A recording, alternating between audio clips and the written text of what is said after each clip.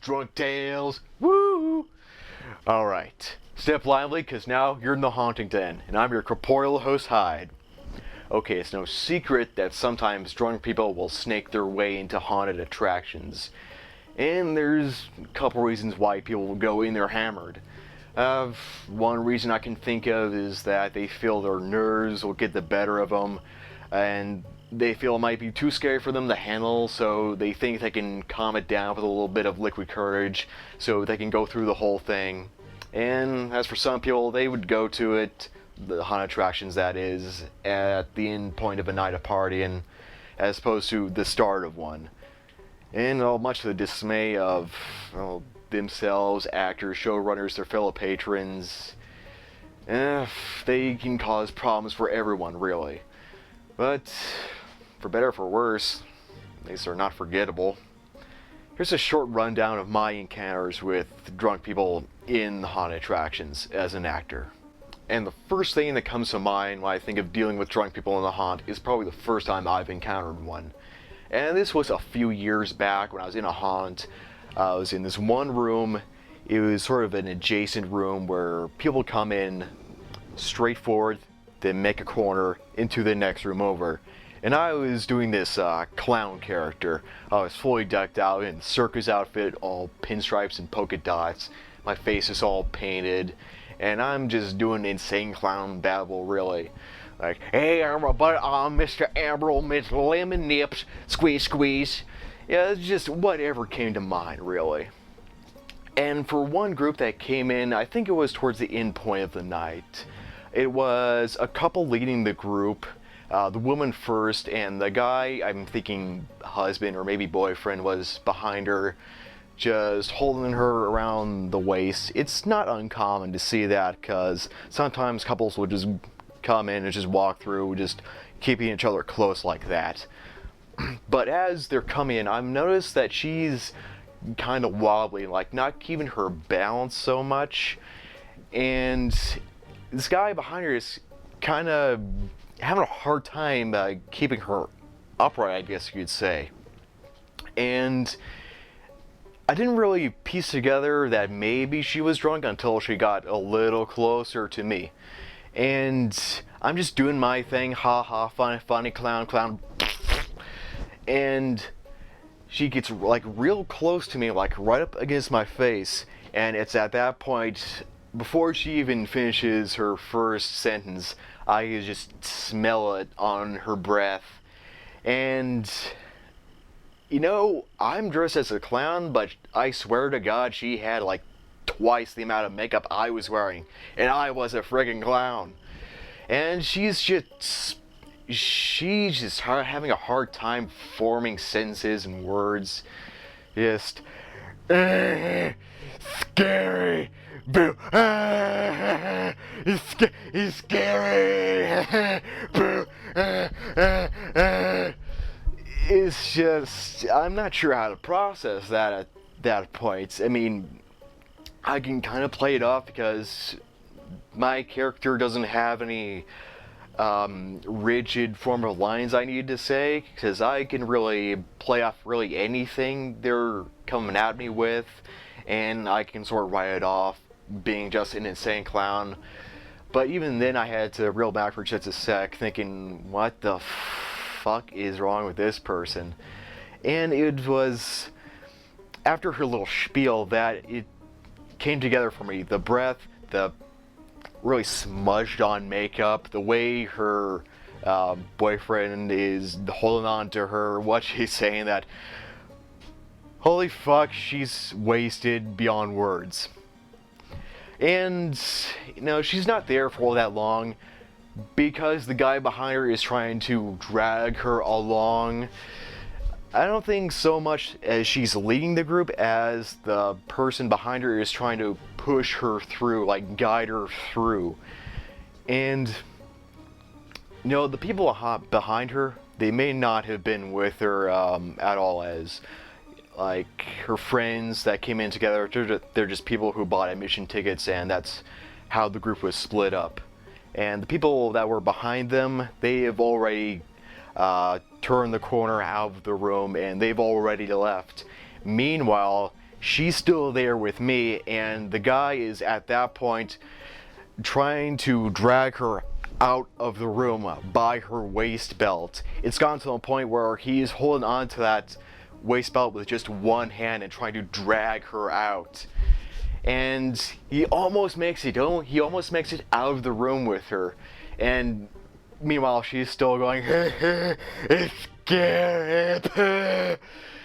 But at like the last foot of the exit door, she just completely loses balance because this guy is no longer holding on to her with both hands. He's just had enough of her shit and just trying to drag her out of there. So like they're just trying to get out of there and just put it into this, because I'm sure it was embarrassing for him. But they almost make it out. They're like a foot away from the door, and she loses her balance, just ass plants, falls over backwards, and just spills out all over the floor. And he is like scrambling to pick her back up, like get her back up vertical and try to get her out of this haunted house. I mean, they're almost all the way through, like 3/4 of the way through, and he's just trying to drag this person out of here. It took me like a moment to process after all that was done. Like, did that really happen? Okay, I guess. No, normally I would have just gone to security and like told them there's like this insane drunk person going through, but at that point, by the time security would catch up to them, they would have already left the haunted house and made it outside at that point. Oof. That's the one I remember the most because it was probably the first occasion I had running into a drunk person, but unfortunately wasn't the last.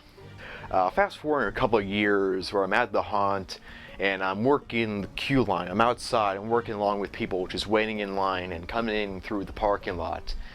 Just trying to entertain them as they're waiting in line to see the full attraction inside. And I'm an undead hillbilly, just hooping and hollering, making a lot of noise, trying to play banjo, air banjo, because I don't have a real banjo, unfortunately.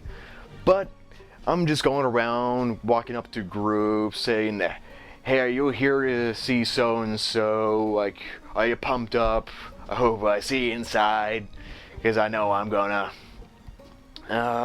Just stuff that just comes off the top of my head, trying to keep people entertained.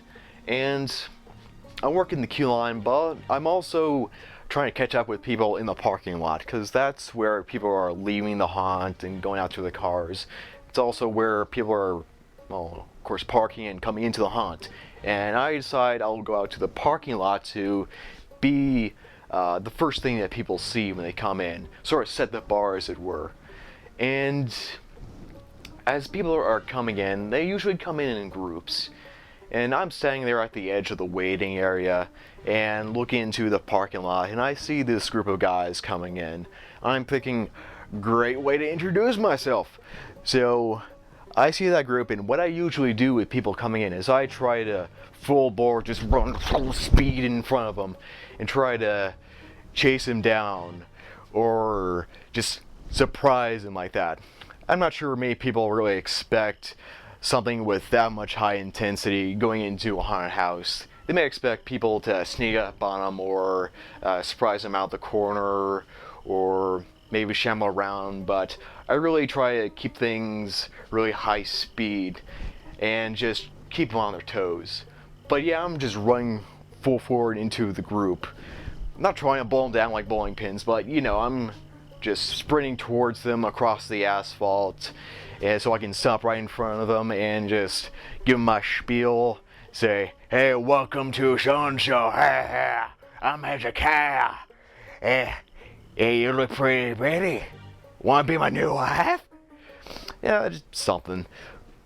But as I'm running closer and closer to the group, I'm seeing one of them turn around and run in the other direction, trying to run away from me and away from the group.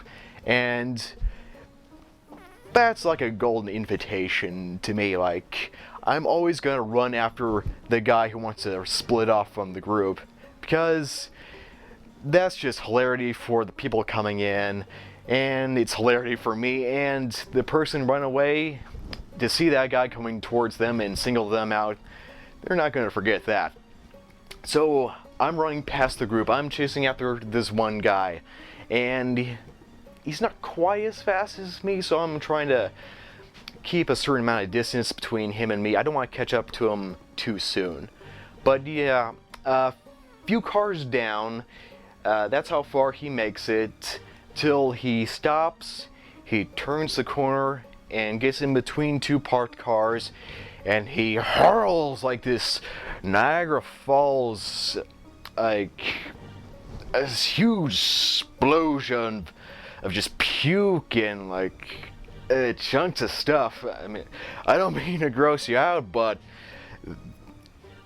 it's nothing compared to what I was seeing, trust me. And you know, I heard it, and when I walked up to him, I saw the whole mess. I'm always trying to stay in character when I'm in front of people, and I'm just trying to walk up to him, and I see the puke, I look at him, I see the puke, I turn back to him, and I say, "Hey, you gonna eat that?" Just something to at least lighten the mood, as it were. Of course, at that point, I could just smell the booze fumes just coming off that pile off the ground, and I'm thinking, oh jeez, Jesus Christ, this guy's had one too many. And I think that the rest of the group, they seem to be doing alright for themselves, and they're just bringing their drunk friend along, and they're just trying to look after him, make sure he doesn't do anything too stupid. At least I think that was going on. But that's not the end of it. The cars he chose to get in between, one of the cars had someone inside it, and I think they were like just moments away from exiting their car, like opening up that door, and the window was already down. I didn't even know there was someone in that car until I heard that voice. Ew, sick. So it wasn't just a show for that guy, his friends, is also a show to remember for the person in that car. And I feel bad for them, because they almost stepped out into like a puddle of this guy's stomach chunks. And when the night's over, she'll have to go back to that car next to the puke chunks. Yeah.